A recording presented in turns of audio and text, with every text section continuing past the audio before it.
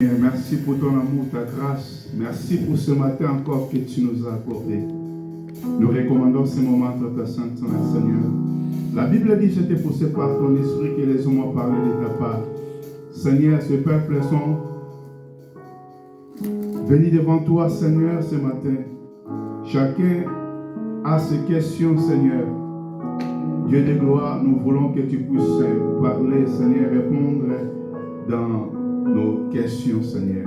Au nom puissant de Jésus, je prends l'autorité contre toute force qui ne confesse pas ton nom. Je les rends nuls et sans effet au nom puissant de Jésus. Cher Saint-Esprit, merci pour ta présence. Cher Saint-Esprit, merci parce que tu prends contrôle de toutes les choses. Tu es au-dessus de toutes les choses. Nous nous abandonnons entre tes saintes mains. À toi la gloire, Seigneur. Au nom puissant de Jésus, ainsi nous prions.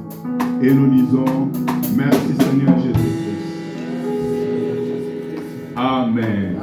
Applaudissons le Seigneur. Est-ce qu'il y a la joie?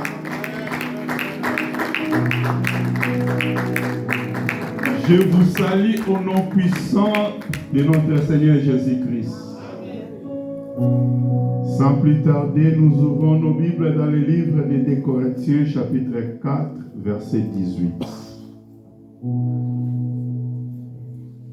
2 Corinthiens, chapitre 4, 18e verset, je lis au nom de Jésus. Amen. Un poids, 2 Corinthiens, chapitre 4, 18, un poids éternel de gloire. Parce que nous regardons non point aux choses invisibles, mais à celles qui sont invisibles. Car les choses visibles sont passagères, mais les invisibles sont éternelles. Parole du Seigneur. Amen. Que le Seigneur ajoute l'explication à la lecture de sa parole. Nous prenons nos places. Nous voulons partager quelque chose encore qui est très important ce matin. Notre thème de ce matin, c'est les regards que Dieu attend de nous. Les regards que Dieu attend de nous. Que le Seigneur nous bénisse. On a lu le livre de 2 Corinthiens chapitre 4, verset 18. La Bible française, Louis II, la Bible dit « Parce que nous regardons nos points aux choses visibles, mais à celles qui sont invisibles. Car les choses invisibles sont passagères et les invisibles sont éternelles. »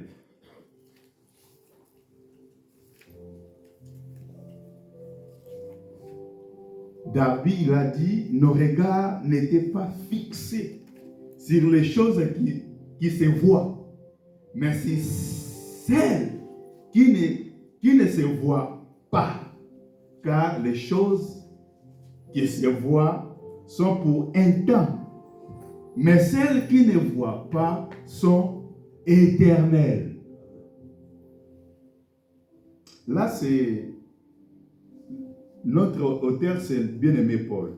J'aime beaucoup parler de notre bien-aimé Paul parce que Dieu l'a utilisé vraiment beaucoup. Il est l'apôtre de notre Église. C'est lui qui a vraiment laissé le fondement des choses que nous traversions ou nous pratiquons aujourd'hui à l'Église. Bien-aimés, si nous regardons bien le verset qu'on vient de lire, la Bible dit qu'il y a des choses visibles, il y a des choses aussi invisibles. Amen. Donc nos vies est liées par des réalités. Quand on parle de réalités, ce sont des choses qu'on se voit. Ce sont des choses qui sont autour de nos vies. Ce sont des choses que nous traversons, la vie quotidienne. Amen. Dieu nous a appelés. Dieu, c'est lui le créateur de toutes les choses. Mais le Dieu qui nous a appelés, il nous a laissés dans ce monde que nous vivons. Et dans ce monde maintenant, le Dieu qui nous a appelés, Il est invisible. Mais nous, nous sommes des visibles. Amen. Mais Dieu, il est invisible. L'homme est invisible. Mais comment on peut marcher ensemble avec ce Dieu qui est invisible? N'oubliez pas, notre thème, c'est les regards que Dieu attend de nous. Comme nous sommes entourés de choses visibles et de choses invisibles, nos regards aussi sont attachés à des choses visibles et des choses invisibles. Que le Seigneur nous bénisse. Les choses visibles, c'est quoi? Quand le bien-aimé Paul, il a écrit ces choses, parce que l'église de Corinthe, il traversait aussi des temps difficiles. Il y avait des persécutions, il y avait des souffrances, il y avait des difficultés. C'est que ce peuple à ce temps-là a traversé, c'est que nous aussi aujourd'hui on peut traverser. Que le Seigneur nous bénisse. Mais c'est Dieu qui nous a appelés. C'est Dieu-là, il est le Dieu tout-puissant. Il est le Dieu qui contrôle toutes les choses. Est-ce qu'il ne voit pas nos réalités? Les choses qui nous entourent, des persécutions, des souffrances, des difficultés, est-ce que ce Dieu-là ne voit pas? Parce qu'il est le Tout-Puissant. Il est au-dessus de toutes les choses. Bien-aimé Paul a dit que nos regards ne sont pas fixés sur les choses qui sont visibles. Mais nos yeux doivent être fixés, nos regards doivent être fixés dans les choses qui sont invisibles, les choses que je ne vois pas. Comment mes regards vont être fixés là-bas? Parce que moi, je suis un être physique. J'ai besoin de vivre des réalités, ce que je vois, ce que je touche. Mais bien aimé Paul, il voulait attacher, il voulait rappeler à ce peuple, à ce peuple. Aujourd'hui aussi, il voulait nous rappeler que nos vies ne doivent pas être fixées seulement dans des choses qu'on se voit, des réalités qu'on traverse dans la vie. Ce sont les réalités. Amen. Mais on ne peut pas nous limiter à de telles choses. Pourtant, il a affirmé une vérité qui est profonde. Les croyants vivent par ce qu'ils voient avec les yeux de la foi. Amen. Donc, un croyant, quand nous sommes des chrétiens, quand nous sommes ce que Dieu a appelé, si nous croyons à Dieu, c'est-à-dire on ne peut pas voir seulement des choses dans des yeux des réalités, mais on doit voir des choses au-delà des réalités. Et au-delà des réalités là, les yeux là, c'est les yeux de la foi. Que le Seigneur nous bénisse. Amen. Je ne sais pas, tu traverses quel moment pendant que nous sommes en train de parler. Je sais que nous sommes entourés dans des réalités, et ces réalités parfois sont des choses difficiles à expliquer, sont des choses parfois difficiles à traverser. Mais le Dieu qui nous a appelés, il est fidèle à sa parole. Amen. Amen. Bien aimé, nous voulons voir la vie. Dans la vie, nous confrontons souvent des réalités visibles. Mais ce que nous traversons, ce qu'on peut vivre, il y a des gens qui ont déjà vécu de telles choses. C'est pour cela que j'aimerais qu'on parle de la vie de quelques-uns dans la Bible qui ont traversé. Bien aimé, je parle qu'on traverse des difficultés qui sont visibles. Parfois, ça peut être le problème financier dans la vie. La vie aujourd'hui, la vie est chère. Ça coûte. Amen. Amen. Tout est cher aujourd'hui. Ça peut être une réalité que nous sommes en train de traverser. Amen. Amen. Ça peut être aussi parfois des maladies qui peuvent nous toucher. Ça peut être des situations familiales qui sont difficiles. Il y a des moments où on se retrouve comme ça, nous sommes dans la joie. Mais quand nous rentrons dans nos maisons, dans nos familles, parfois on a des situations qui sont difficiles. Que le Seigneur nous bénisse. Parfois aussi dans la vie, il y a des portes qui se ferment. Il y a des portes qui se ferment dans la vie. Je frappe des portes, mais les portes sont toujours fermées. Quand je parle des portes qui se ferment, parfois, tu peux déposer des CV de gauche à droite. Tu as besoin de trouver un travail. Mais parfois, partout où tu déposes des CV, il y a toujours des paroles négatives parfois. Mais moi, je suis un enfant de Dieu. Je prie le Seigneur. J'ai la confiance à ce Dieu-là. Que le Seigneur nous bénisse. Amen. Ça peut être aussi problème de papier. Nous sommes arrivés en France pour vivre. Il faut avoir un papier, il faut avoir un travail. Sans papier, je ne peux pas travailler. Mais ce sont toujours des réalités qui nous entourent. Mais bien aimé, si nous regardons seulement toutes ces choses, nous pouvons perdre notre courage. Bien aimé, la réalité que nous traversons, si nous fixons nos regards sur les réalités, on peut perdre notre courage, comme je viens de dire. Mais la Bible nous enseigne un principe qui est spirituel ou puissant. C'est quoi? La foi voit ce que les yeux naturels ne voient pas. Quelqu'un qui a la foi, il voit ce que les yeux naturels ne voient pas. Est-ce que ce matin, il y a quelqu'un qui a la foi au milieu de nous? Bien aimé, quand je parle de ces choses, je vais vous partager dans la Bible la vie des personnes qui ont vécu des choses que nous sommes en train de parler. La première personne que je peux parler avec vous, je vais partager avec vous, c'est un homme qu'on connaît très bien, qu'on parle souvent.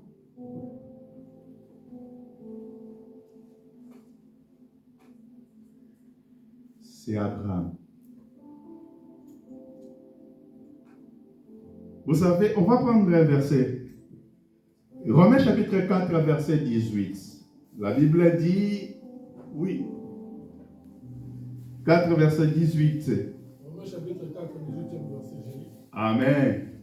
Espérant contre toute espérance, il crut, en sorte qu'il devint père d'un grand nombre de nations, selon ce qui lui avait été dit, telle sera ta postérité.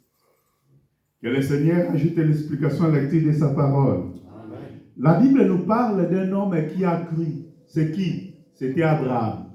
Amen. Bien aimé, Abraham a reçu la promesse de Dieu. Dieu avait promis à Abraham, Abraham, je te bénirai. Tu deviendras le père d'une grande nation. Amen. Et quand Dieu appelait Abraham, Abraham avait l'âge de 75 ans.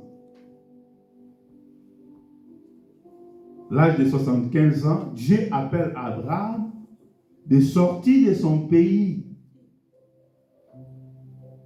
Et Dieu indique à Abraham là où il va aller. Mais bien aimé, Abraham, il ne connaissait pas le pays où il va aller. Mais il a écouté seulement Dieu. Il a cru, il a mis confiance à Dieu. Amen. Il sort, il part.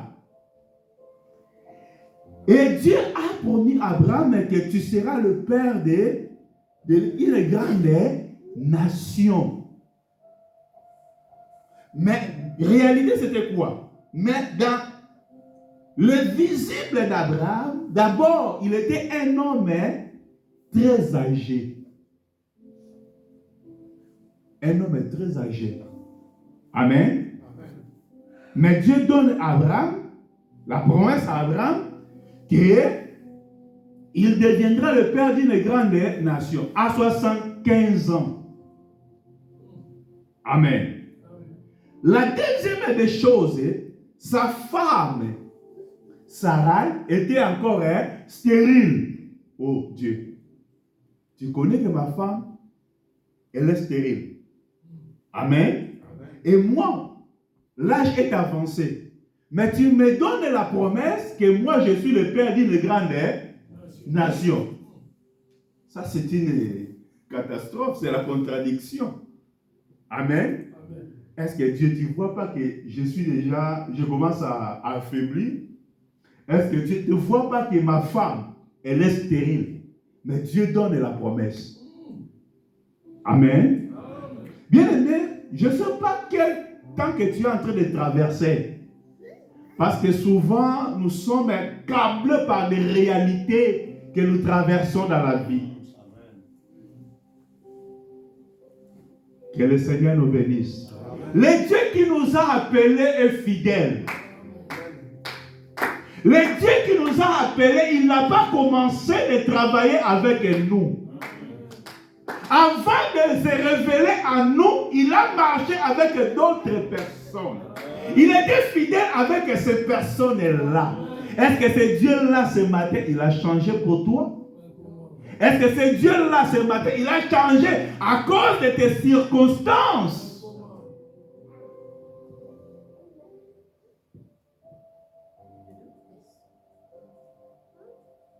Est-ce que Dieu, tu ne voyais pas qu'Abraham, il était déjà avancé d'âge?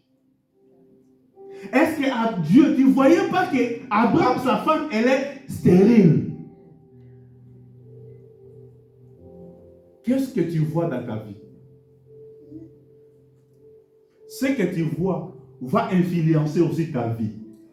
Si tu vois d'une manière négative, la négativité va t'emparer aussi, va te saisir. Si tu vois d'une manière positive, c'est ça ce que tu vas aussi vivre. Les regards que Dieu attend de nous. Pendant que Dieu parlait toutes ces choses à Abraham, malgré les difficultés physiques qu'il traversait, mais Dieu attendait un regard à Abraham. Les regards que Dieu attendait à Abraham, ce n'est pas seulement de commencer à contempler les difficultés de sa vie. Amen. Parce que Dieu connaît tout ce qu'Abraham a traversé. Il connaît bien ce que Dieu attendait à Abraham. C'était quoi? Parce que tout semblait impossible. Dans la manière des hommes, c'était impossible. Abraham ne peut pas avoir un enfant parce que sa femme elle est stérile. Abraham ne devait pas être un père d'une grande nation parce qu'il était déjà avancé en âge. Donc ça semblait impossible. Pourtant, Abraham décida de regarder les promesses de Dieu. De fixer son regard non sur ses difficultés, mais il regardait la fidélité de celui qui l'a appelé. Est-ce que tu crois que Dieu est fidèle? Est-ce que tu crois que Dieu est fidèle? Si Dieu a fait quelque chose dans la vie d'Abraham, tu crois que ce Dieu-là est capable aussi de faire quelque chose pour ta vie?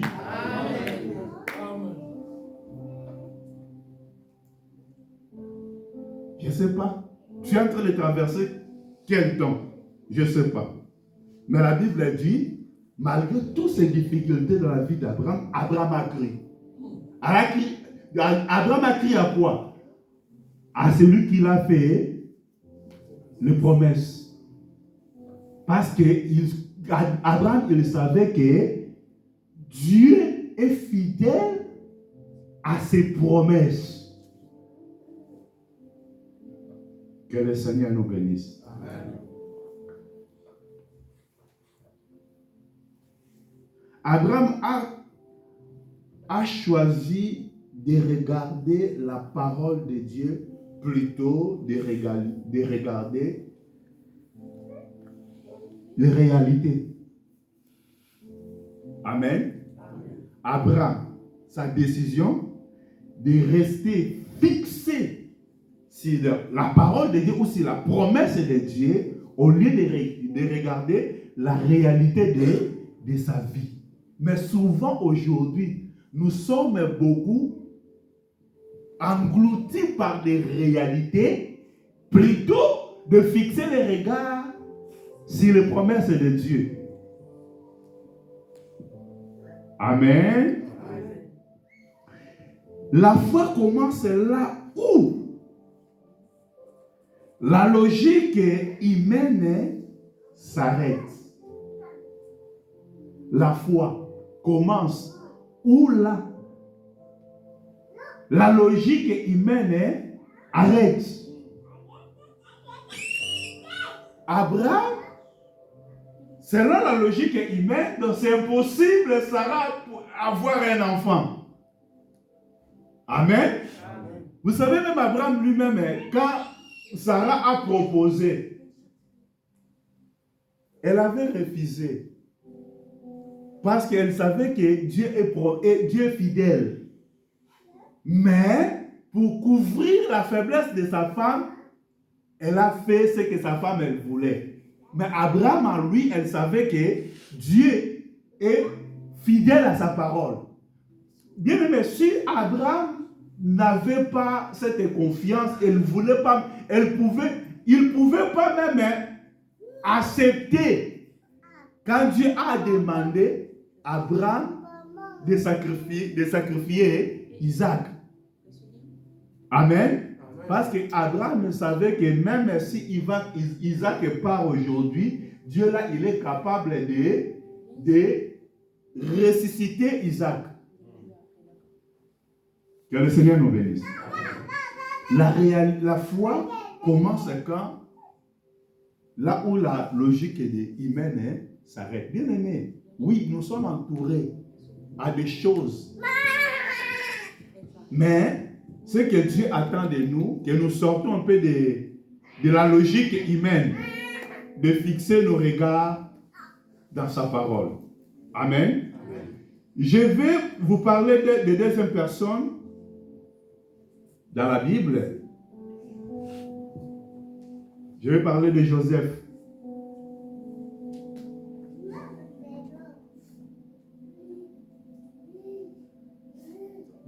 Est-ce qu'il y a des conducteurs parmi nous? Aujourd'hui, si tu veux aller parfois à Nantes, là où tu n'as jamais l'adresse que tu ne connais pas, tu vas utiliser quoi? Maps, hein? Amen. Et quand tu rentres dans ta voiture avec un Maps, est-ce que tu vas commencer à douter au cours des routes? Non. Que j'arriverai pas? Amen. Tu vas arriver. Tu as la confiance au Maps. Pourquoi? Parce que Maps, il connaît là où je vais aller. Mais comment nous arrivons à mettre confiance à des choses que l'homme a créées? Quelque chose que l'homme a créé, que je mets vraiment dans ma confiance qu'il va m'amener jusque là. Même s'il commence à me faire de gauche et droite, moi je suis confiant toujours que je vais aller jusqu'à la destination. Amen. Amen. Amen. Mais le Dieu qui nous a appelés, est-ce qu'il ne connaît pas ta destination?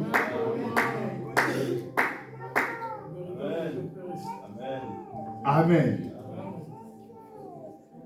Joseph, il savait que Dieu, il connaît la destination. Est-ce que vous me comprenez bien? Quand Joseph a commencé à avoir des songes C'est ça, c'est que Dieu l'a révélé. Tu deviendras comme ça. Amen. Mais des réalités, c'était différent. Est-ce que vous me comprenez? C'est que Dieu a montré. C'est ça, c'était invisible. Est-ce que Joseph avait touché le songe? Oh, mais il a vu, non? Il a vu ça, mais il n'a pas touché. Est-ce que vous me comprenez? Mais comme Dieu l'a révélé, c'était quelque chose qui est invisible. Mais pendant le parcours, maintenant, c'était différent. C'était des réalités. Ces réalités-là n'effacera pas ce que Dieu a révélé. Est-ce que quelqu'un m'attend ce matin? La réalité de ta vie n'efface jamais les promesses de Dieu pour ta vie.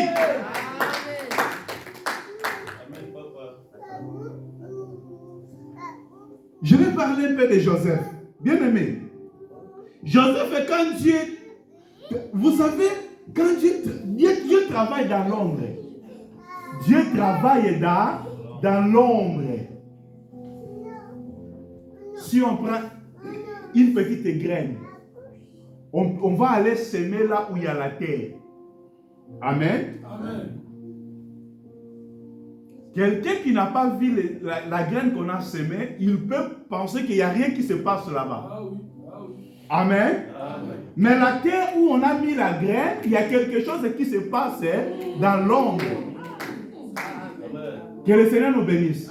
La parole que Dieu nous donne, c'est une semence. Quand il rentre dans nos vies, il y a des choses qui se passent dans nos vies. Vois ou pas, sache qu'il y a des choses qui se passent. Amen. Amen. Yes. Dieu révèle, Dieu donne une vision à Joseph. Joseph reçoit les rêves de Dieu, mais la vie devient un cauchemar. La vie de Joseph devient un cauchemar. Si c'était à notre époque aujourd'hui, on dira non. Dieu, non. Je pense que les rêves là, c'était les démons. C'est les démons qui m'ont révélé. Comment j'ai eu des songes? Dès que j'ai expliqué ça, ça devient la haine. Non, c'est les démons qui m'ont parlé. Ce n'est pas Dieu. Quand Dieu parle, après la langage de Dieu, ça porte une bénédiction ou la paix. Amen. Bien aimé, les combats, ça commence pas loin. Amen. Les combats, ce n'est pas au loin d'abord.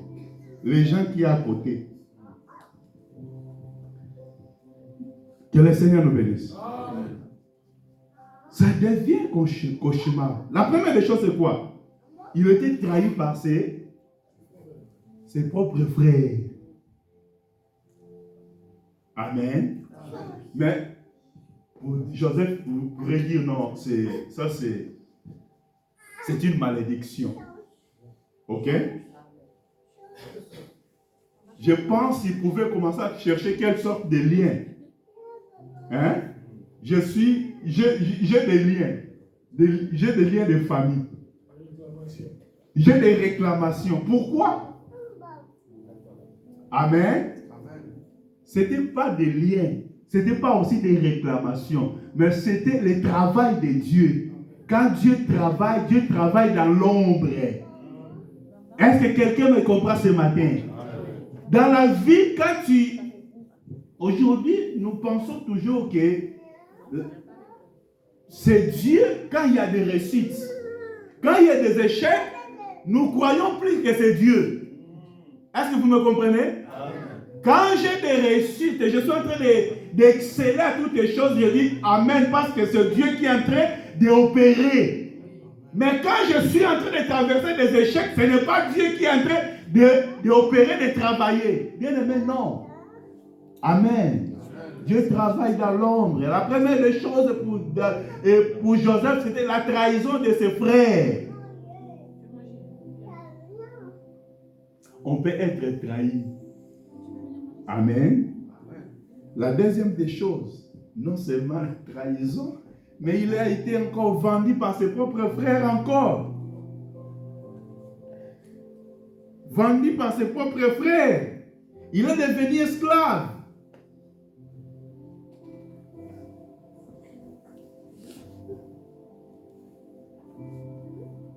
Non seulement esclave, il arrive dans la maison de Potiphar, il a trouvé un peu de soulagement.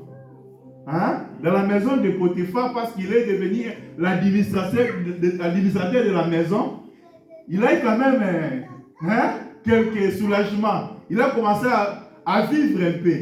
Il a été encore accusé injustement. Amen. Il a été encore accusé injustement. Les choses qu'il n'a pas fait, mais il a été accusé à ça. Que le Seigneur nous bénisse. Amen. Après cette accusation, il a été emprisonné. Ça n'arrête pas là-bas. Tout ça, dans sa vie, ça semblait comme c'était des échecs. Hein? Je ne sais pas, il y a quelqu'un qui est en train de traverser les échecs. Ce matin, il y a quelqu'un qui est en train de traverser les échecs. Et comment tu es en train d'interpréter tous ces échecs que tu es en train de traverser? Dieu t'a abandonné, Dieu m'a abandonné, Dieu ne me regarde plus, Dieu ne m'écoute plus. Que le Seigneur nous bénisse. Mais ce n'était pas l'attitude de Joseph. Amen. Ce n'était pas l'attitude de Joseph. Malgré les échecs, il voyait toujours la main de Dieu. Est-ce que quelqu'un me comprend ce matin? Malgré les échecs, il voyait toujours c'est la main de Dieu. Ce qui est en train de me faire, c'est la main de Dieu. Quel regard que tu as par rapport à des échecs que tu es en train de traverser? Quel regard que tu as par rapport à des difficultés que tu es en train de traverser? Quel regard que tu as?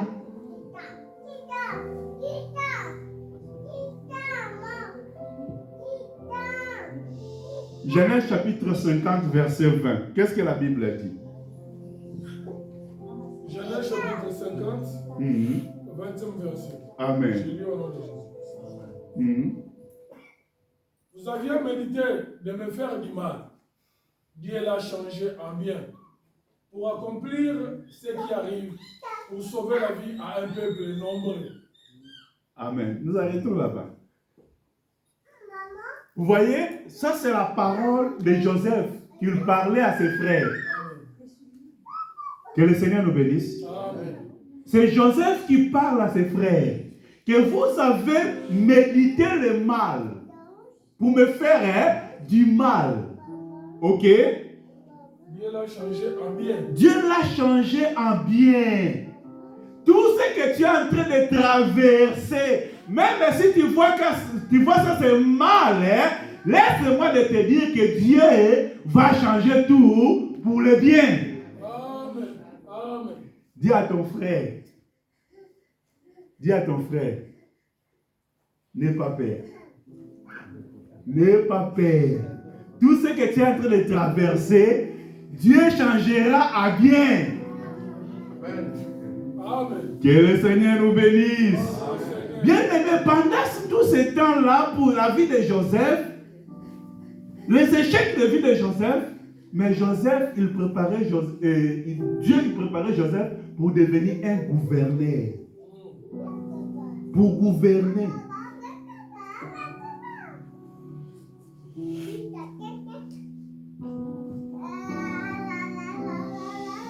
Je prie et je déclare. Je prie et je déclare.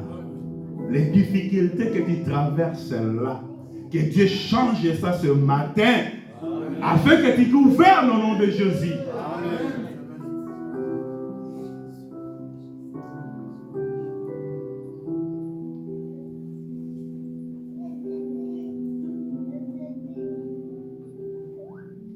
dans la vie, quand tu vois rien, même quand tu vois rien, mais Dieu travaille quand même. Amen. Même quand tu vois qu'il n'y a rien qui marche, sache que Dieu travaille. Parce que Dieu travaille dans le secret. Je veux parler encore de quelqu'un d'autre.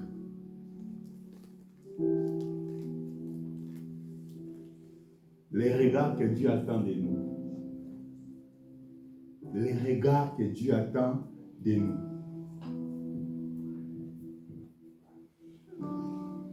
« 1 Samuel chapitre 17, verset 47. » 1 Samuel chapitre 17. Verset 47. 1 Samuel chapitre 17, 47. Amen.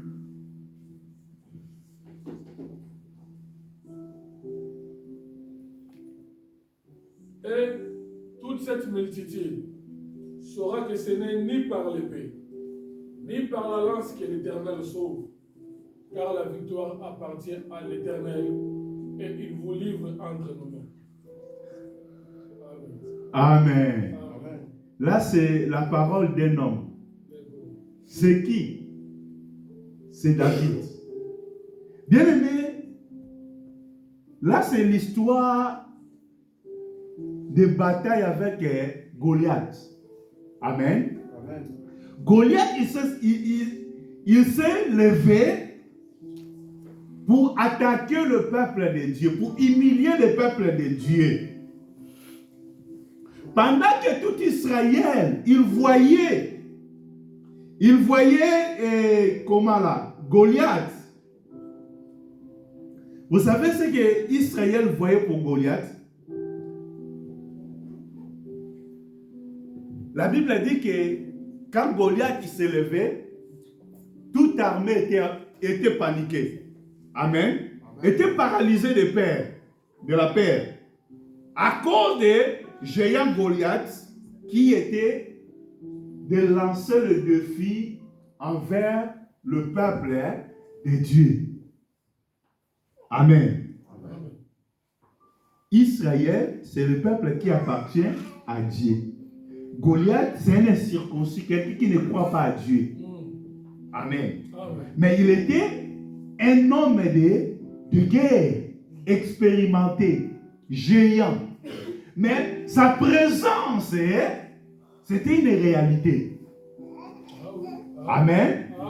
Dans les yeux naturels, les gens ils regardaient la taille de Goliath, non? Cet homme, par rapport à sa taille, il dépasse toutes les catégories de personnes. Il n'y a personne qui est comme toi, qui a sa taille. Et la deuxième des choses, Israël, il regardait encore les armes que cet homme portait. Il portait une épée qu'il ne peut pas exercer cette épée-là dans le combat. Amen.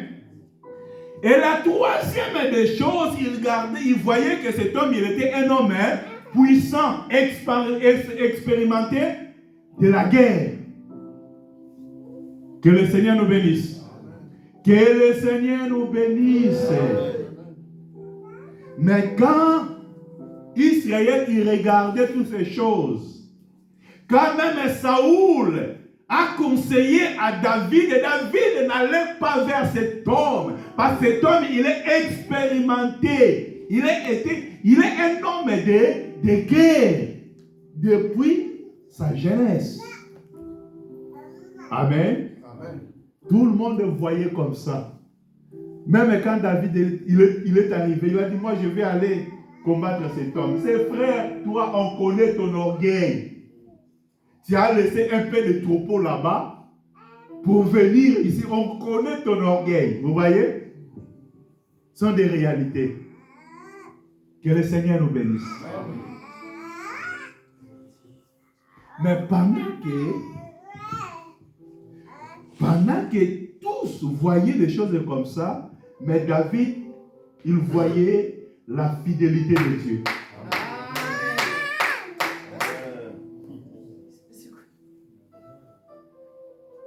Que le Seigneur le bénisse. Amen. David, il voyait pas sa taille. Quand Israël, il voyait que c'est un homme qui porte les armes, lui, il voit la grandeur de Dieu, la fidélité de Dieu. Parce que David, il a dit, toi, tu combats. Et tu viens nous combattre, mais tu sauras que la bataille appartient à l'Éternel. Ce n'est pas à nous. Que le Seigneur nous bénisse. Amen. Les combats, ce n'est pas à nous. Les combats appartiennent à Dieu. Bien-aimé dans le Seigneur, tout le monde voyait comment cet homme il est puissant. Mais David, il voyait la grandeur de Dieu, la fidélité de Dieu. Parce que j'appartiens à lui. C'est lui qui va me défendre. C'est lui qui va prendre les devants. Les regards que Dieu attend de nous. Amen. Je vais prendre un autre quelqu'un, une autre personne.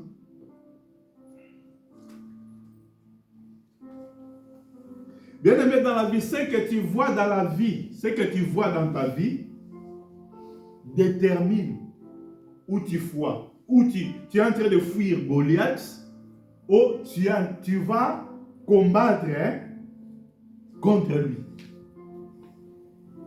Goliath aujourd'hui, ça peut être des réalités que nous sommes en train de traverser. Amen. La façon que tu regardes ces difficultés, ça va déterminer où de fuir ou de combattre. Mais si tu apprends la position de combattre, tu dois savoir que ce n'est pas toi qui vas combattre. C'est celui qui t'a appelé. Il est fidèle. S'appuyer sur sa fidélité. Je vais parler à quelqu'un d'autre encore. On va parler d'Élisée maintenant. L'homme de Dieu. 2 Rois chapitre 6 verset 16. 2 Rois chapitre 6 verset 16. 2 Rois chapitre 6 verset. Oui.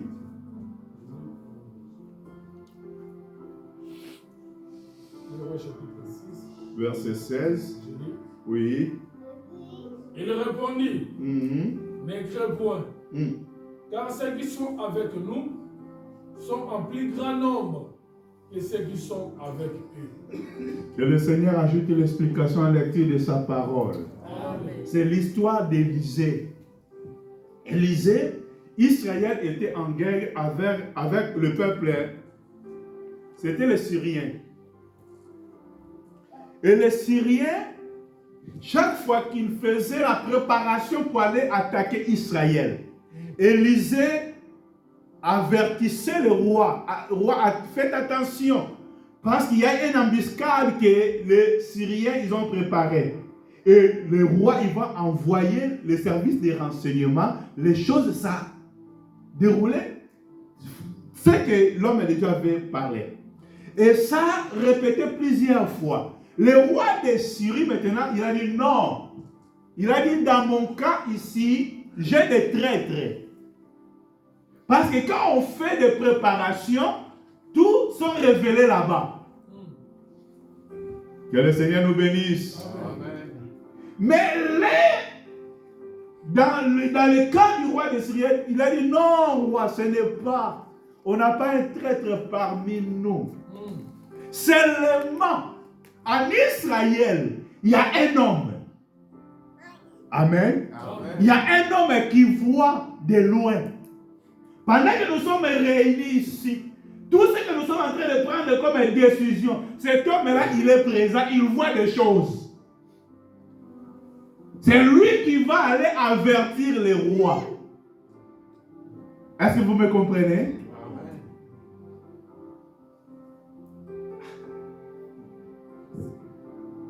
Les rois disent, ah bon, il y a un homme. Bon, ça va. Au lieu d'aller attaquer maintenant le Samarie, on va aller maintenant, il est où? Ils ont dit, il est quelque part.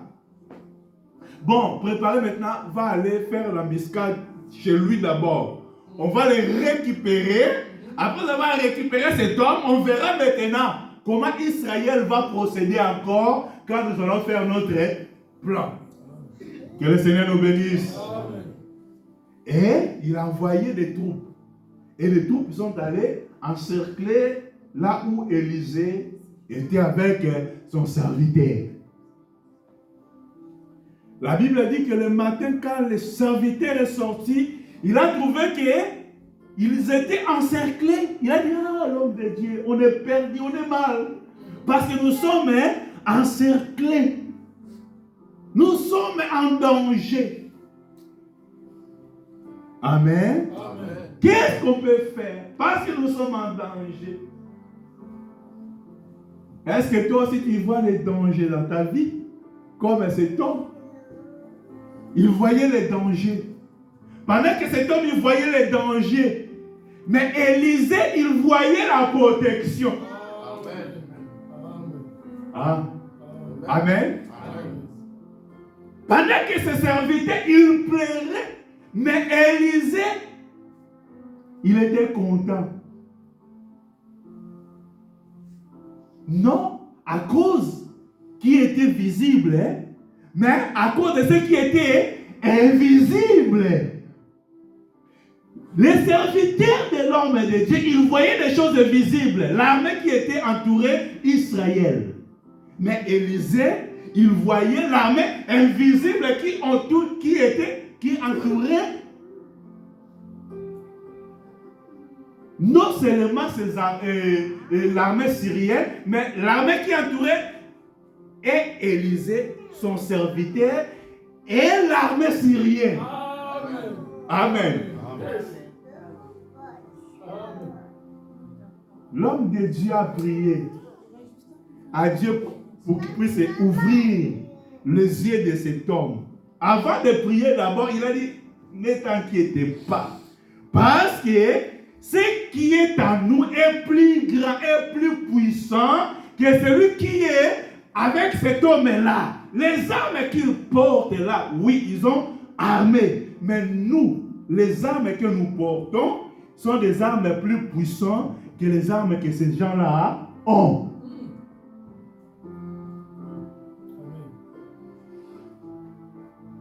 Les regards que Dieu attend de nous. Amen. Amen. Amen. La Bible dit qu'il a prié. Quand il a prié, et Dieu a ouvert à son serviteur les yeux, et le serviteur, il a vu l'armée de Dieu qui entourait, qui protégeait.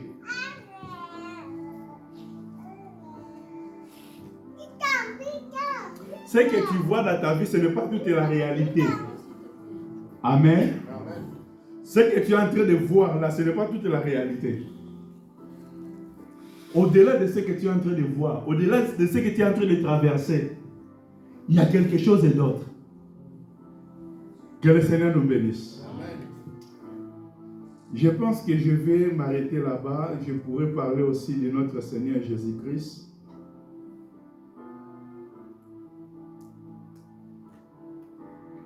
Hébreux chapitre 12, verset 1er à 2. Mais nous allons vraiment parler du deuxième verset. Hébreux chapitre 12, verset 1 à 2. Je lis. Amen. Nous donc aussi, puisque nous sommes environnés d'une si grande nuée de témoins, rejetons tout fardeau et les péchés qui nous enveloppent si facilement et courons avec persévérance dans la carrière qui nous est ouverte. Deuxième verset. Ayant le regard sur Jésus, le chef et le consommateur de la foi, qui, en vue de la joie qui lui était réservée, a souffert la croix, méprisé l'ignominie et s'est assis à la droite du trône de Dieu. Amen. Amen. Là, la Bible nous parle de notre Seigneur Jésus, parce que même si on peut parler de tout cet homme-là, mais notre modèle, c'est notre Seigneur Jésus-Christ. La Bible dit que notre Seigneur Jésus-Christ, il a traversé des temps qui étaient compliqués. Ok? Il a été rejeté. Il a été rejeté.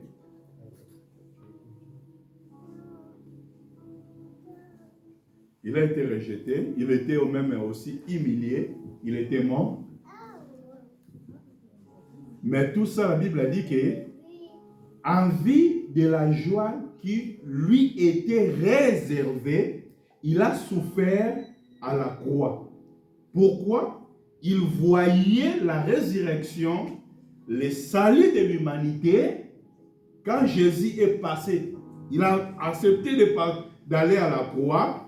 Il voyait la joie qui a été réservée. Il voyait aussi la victoire éternelle que nous confessons aujourd'hui. Amen. C'est pour cela, bien-aimés, la croix pour Jésus, c'était visible. C'était une réalité. Mais la victoire était invisible.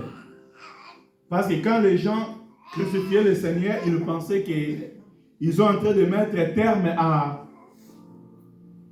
à sa mission sur la terre. Mais or, c'était l'accomplissement de sa mission. Que le Seigneur nous bénisse. Que regardes-tu? Que regardes-tu? Des questions qu'on peut nous poser. Tu regardes quoi dans ta vie? Est-ce que tu es en train de regarder tes problèmes, tes limites, tes peurs? Ou tu es en train de regarder les promesses de Dieu, la puissance de Dieu, l'éternité que Dieu a préparée? Amen. Tu regardes quoi dans ta vie? Pour conclure, je vais dire que 2 Corinthiens chapitre 4, verset 18, nous rappelle que les choses visibles sont passagères. Les difficultés, des maladies, tout ce qu'on peut vivre comme des choses visibles sont passagères. Mais les invisibles sont éternels. Amen. Dieu nous appelle aujourd'hui à lever les yeux vers des choses invisibles. Nous allons prier. Je ne sais pas, tes yeux sont fixés vers des choses visibles ou des choses invisibles.